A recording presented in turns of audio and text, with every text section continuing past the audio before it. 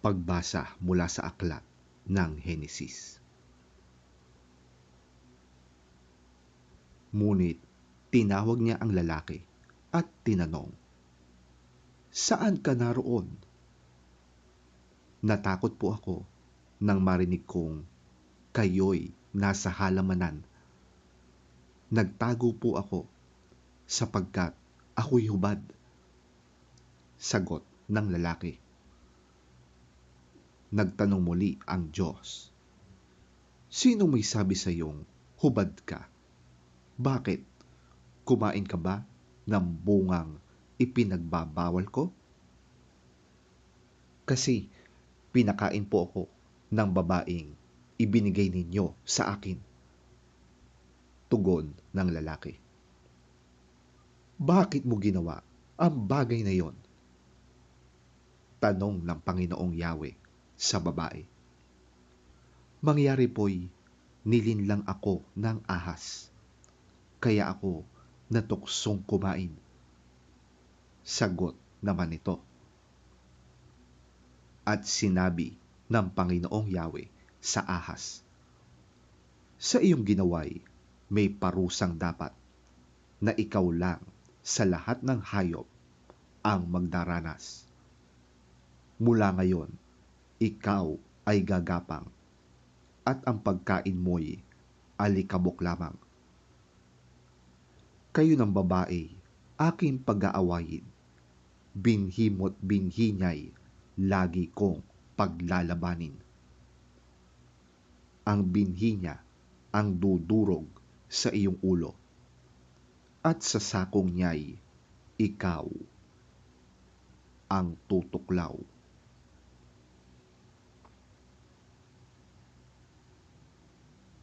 Ang salita ng Diyos. Salamat sa Diyos.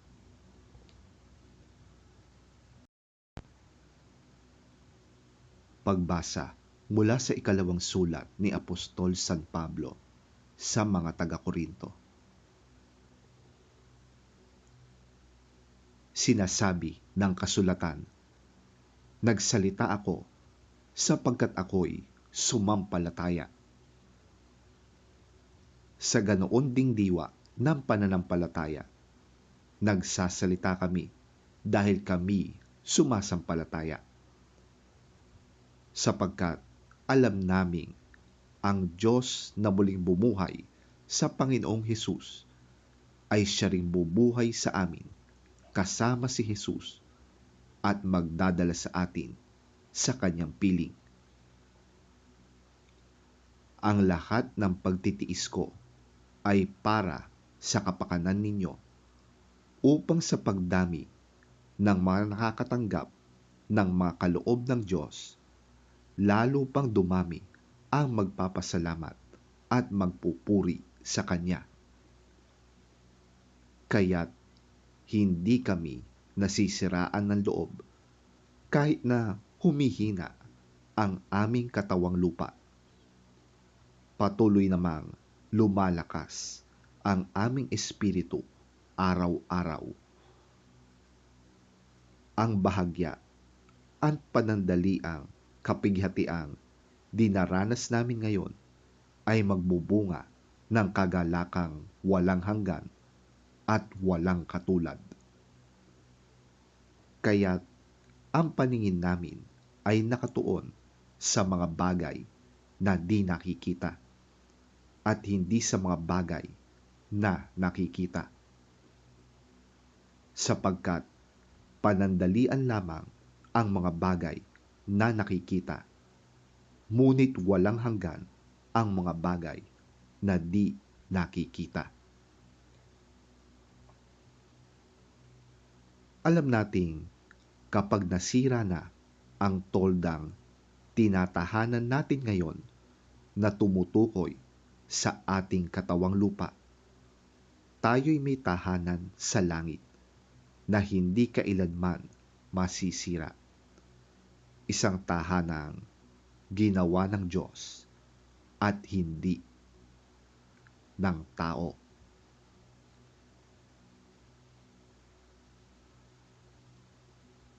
Ang salita ng Diyos.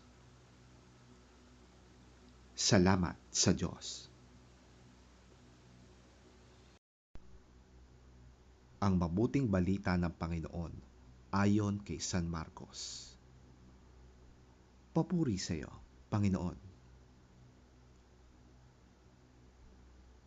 Pag-uwi ni Jesus, muling nagkatipon doon ang napakaraming tao, kaya't hindi na sila nagkaroon ng pagkakataong kumain pa.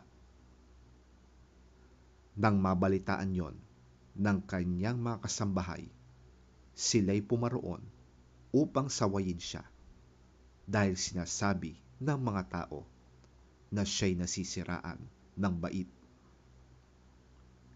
Sinasabi naman ng mga tagapagturo ng kautusan na galing sa Jerusalem, sinasapian siya ni Beelzebul, nakapagpapalayas siya ng demonyo sa pamamagitan ng kapangyarihan ng pinuno ng mga demonyo. Dahil dito, pinalapit ni Jesus ang mga tao at sinabi sa kanila ang ilang talinhaga. Sabi niya, paanong mapapalayas ni Satanas ang kanyang sarili? Kapag naglaban-laban ang mga mamamayan ng isang kaharian, hindi magtatagal, mawawasak ang kahariang iyon. Kapag naglaban-laban naman ang mga magkakasambahay, hindi rin magtatagal ang sambahayang iyon. Gayon din naman, kapag naghimagsik si Satanas laban sa kanyang sarili at magkabahabahagi ang kanyang nasasakupan, hindi magtatagal at darating ang kanyang wakas. Subalit, hindi maaaring pasukin at pagnakawan ang bahay ng isang taong malakas malibang gapusin muna siya. Kapag siya'y nakagapos na, saka pa lamang mapagnanakawan ang kanyang bahay. Tandaan ninyo ito, maaaring patawarin ang tao sa lahat ng kanyang kasalanan at paglapastangan. Ngunit ang sinumang lumapastangan sa Espiritu Santo ay walang kapatawaran, sapagkat ito ay walang hanggang kasalanan. Sinabi ito ni Jesus sapagkat sinasabi ng mga tao na siya'y sinasapian ng masamang espiritu.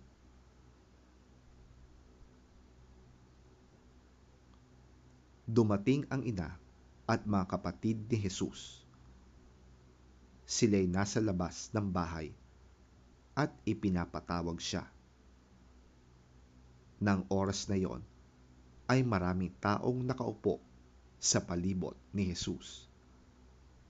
May nagsabi sa kanya, nasa labas po at naghihintay ang inyong ina at mga kapatid. Sino ang aking ina at mga kapatid? Tanong naman ni Jesus. Tumingin siya sa mga nakaupo sa palibot at sinabi, sila ang aking ina at mga kapatid, sapagkat ang sino mang sumusunod sa kalooban ng Diyos ay siyang aking ina at mga kapatid.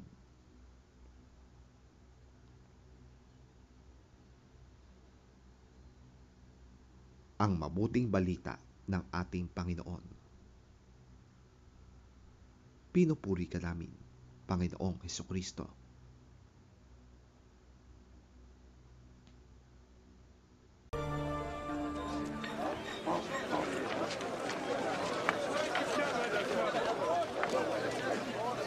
Then Jesus entered the house, and again a crowd gathered.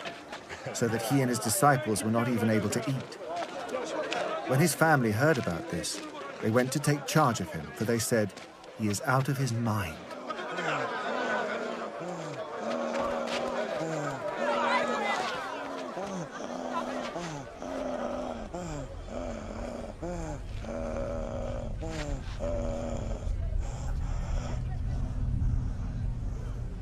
And the teachers of the law who came down from Jerusalem said, "He is possessed by Beelzebul. By the prince of demons, he is driving out demons."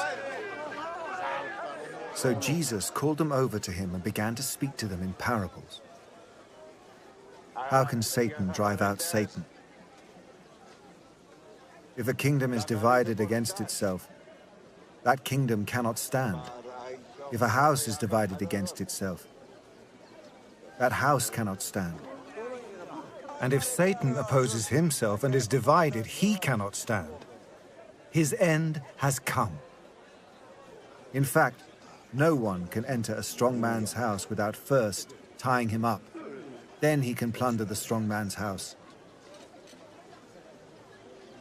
Truly, I tell you, people can be forgiven all their sins and every slander they utter. But whoever blasphemes against the Holy Spirit will never be forgiven. They are guilty of an eternal sin.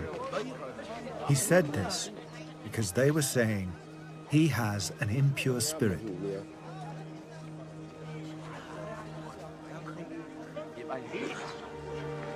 Then Jesus' mother and brothers arrived. Standing outside, they sent someone in to call him. A crowd was sitting around him, and they told him, "Your mother and brothers are outside looking for you." "Who are my mother and my brothers?" he asked.